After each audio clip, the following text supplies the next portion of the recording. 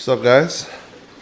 We're back, second video, and today we are going to tear this down and have this in its place. Oh yeah, and tear all that down too. Let's do this. Alright, so the first thing we're gonna do is drain all this water into my yard, which is through that tube out the garage. Alright, so we got it set up now. We have a little siphon going to the 1.5 inch pipe. Alright, we got a little bit of trifecta action going on. So I'm draining this tank, which is draining fairly quickly, into the 125, which is now draining to the lawn, as I showed you before. The reason why I'm doing that is I was trying to put the siphon hose to the same hose and drain it outside, but my siphon wasn't long enough, so I thought of a great idea to drain it into the 125 while that's being drained outside. Yeah.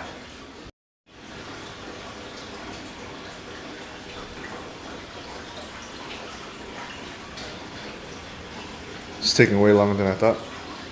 So the 20 is down and it's actually down here. And I actually have an extra 5 gallon. Don't worry, it's just holding tanks until the 125 is up. I didn't want to put it in buckets. I feel like buckets don't have enough room per se. But I wanted them to have, I wanted them to be at least in tanks so I can cover them with lids, right? Because these are jumpers and they're not going to be in there for long, only until the 120 is up, which is going to be today. The plan is the Wolf and the Barracuda is going to go into the 20, and then the Pike Kerosene is going to go into the 5. 5 is actually kind of long, but turning space is not as great. Hopefully, or maybe I'll change it. Maybe I'll put the Wolf and the Gar in here. I don't know. We'll see. Alright, so here's the status update on what's going on. The 50 is still there. 125 is almost drained. The 20 gallon setup is completely out and all over my floor. I'll take care of that later. Yeah, that tank is out. Next up is going to be just cleaning up this area and draining the 50 gallon. Hopefully that works out. So yeah, before I can do that, I'm going to have to drain some water and put it into these 2 holding tanks and put the fish in the holding tanks. We'll go ahead and see how that goes. Alright, so now what we're doing is we're taking the water out of this tank and filling our 2 holding tanks, which are right here. They're going to be aerated. I have one of my bottles with K1 in it. It's not going to do anything, but I mean, I already had it set up, so I might as well throw it in. And I have a little sponge filter that was already matured. These are the 2 filters that were in the 20 on in the first place. So they're already matured and whatever. And I'm just going to put the fish in there until the 125 is up. It's going to look kind of crazy, but I promise you that they're not going to live in this tank for more than how. Moving this fucking guy is gonna be a pain. I hope you don't jump.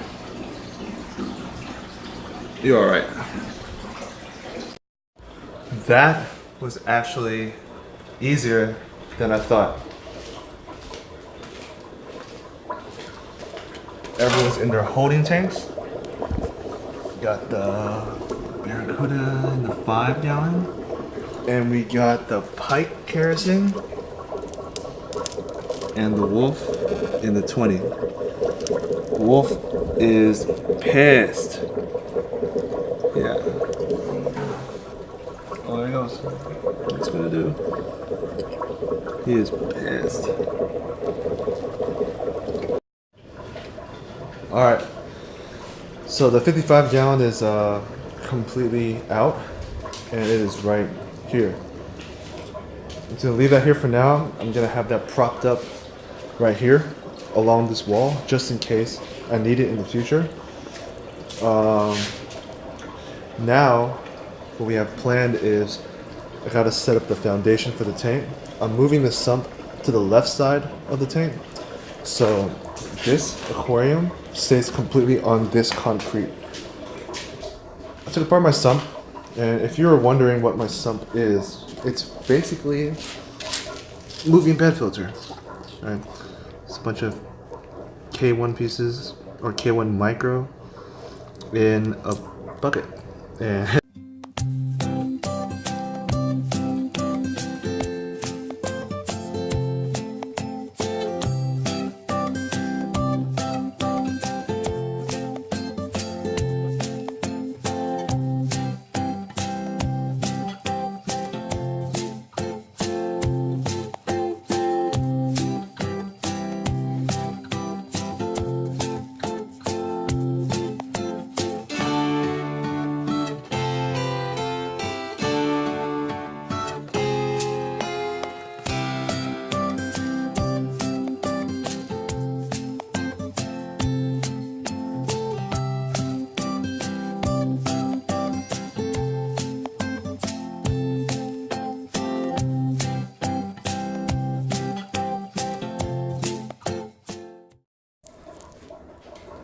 all right, the tank's up. Everything is lined up.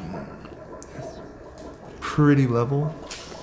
The wood's a little bit warped, so I gotta fill some water and use these shims right here to level out the tank.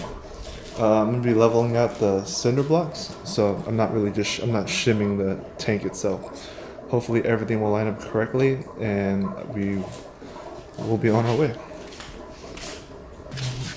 Overflow is on the wall somewhat. There's a little gap. I'm gonna be strapping the pipe to the wall over here, and the sump will be right there. Hopefully everything goes good. I'm gonna fill her up and we're gonna get to leveling. Alright, so what I'm doing now is I'm leveling the tank. I noticed that this side isn't as even as I want it to, or isn't as level as I want it to be. So I'm evening it out with these shims, right? I got wood shims, and I'm leveling out this board here. I was gonna level out this, but it would definitely throw off the concrete blocks. So we'll see how it goes. All right. So what I've done here is I've sanded the tips of these pipes, along with sanding the inside of these joints here. Open this bitch. Oh.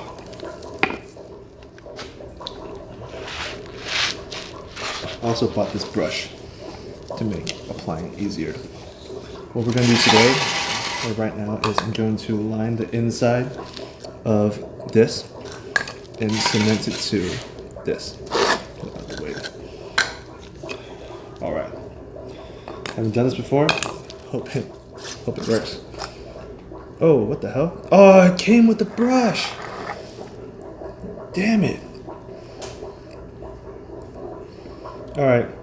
If you're gonna get this, don't buy this brush. It already has one inside. Pretty bad. So I'm gonna line the inside. Oh man. I'm gonna apply a generous coat.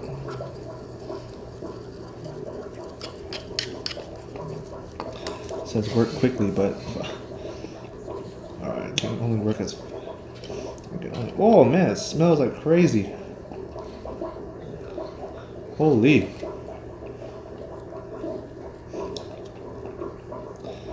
Alright, that's a generous coat right there. Gonna push it in. Oh, it does come out a little bit.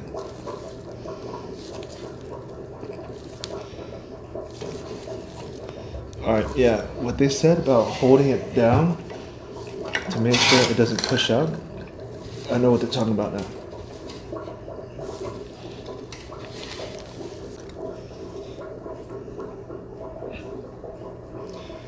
Apply a cool amount. One more, just. Oh man. Yeah, should have wear a mask. Rancid as hell. It is. Oh, it smells. All right. So it just got done with the piping. This is dry fitting. I did cement this and this. I'm not going to cement these until I figure out what I really want to do. I just need to get this tank up. I'm going to use Teflon tape to Teflon those threads. And we'll see how it goes. I think I'm definitely going to need another angle to angle this down. I'm afraid the water flow is going to be too crazy and it's going to mess up my flow in the K1 medium. But we're just going to let it run for today and hopefully it works out for the better. All right, it took way longer than expected. I had to drain this tank back down to about 10%, and I had to push the tank out a little bit. The reason for that is this pipe right here. It was touching this wall, and it would cause the gap between the bulkhead and the tank itself. I moved it out a little bit so it gives me a little bit more room. And now, I had this holding on here temporary, and I have this on here temporary as well. All right, so I ran into my first problem. Hopefully it's my last. It's that bulkhead right there. I did a scenario where I simulated a power outage and unplugged the sump. This sump gets filled to the brim, like even to the point of overflow. If I were to have a power outage, my sump would flood. In this case, I'm going to Home Depot right now to see if I can get an upturn for my bulkheads. Instead of running this bulkhead strainer, I'm going to use an upturn PVC. In this case, I'm going to see if it'll help with decreasing the amount of water that comes out during a power outage. Hopefully it works. If it doesn't, then I'm going to have to figure something else out. Alright, we got the necessary things. Coca-Cola. My name's not Duncan, but I'll roll with it. I got this male adapter for the part that screws into the bulkhead. Then I got this reducer for a 2-inch 90-degree elbow. Reason being is I'm gonna cut a pipe to fit in between these two, and this wider hole I'm thinking would cause less water to build up. The bigger the hole, the faster the water goes in, and that way I also get surface skimming and I won't have to worry about the water overflowing my sump. So yeah, hopefully it works. I think it's going to work because it's creating like a toilet type of action going on. You see there's a hole, and my theory is that this is going to prevent water from coming out in the event of a power outage, at least to the point where my whole sump wouldn't be flooded. I filled my sump to the brim until that there's like I have a hose here like for emergencies, so if it were to overflow that, it would go into this tube and go into this little reservoir thing. Alright, I'm gonna conduct the water test now. Hopefully it works. This is going to simulate a power outage. And let's see if it holds up.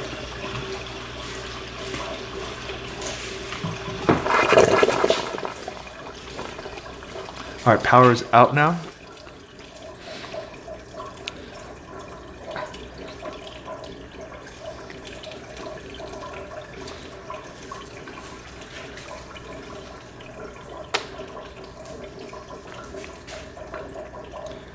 Holy hell, it worked. Oh, everything stopped flowing. It's crazy. It's flowing a little bit, but that's because it's finishing. Oh, I think it stopped. Oh, it's going hella slow. All right, so it worked, right? It stopped the flow of water to a certain extent, but it was way better than before. Before it was like flowing out like crazy. It would flood this whole thing, but at this point, it looks like it stopped the flow.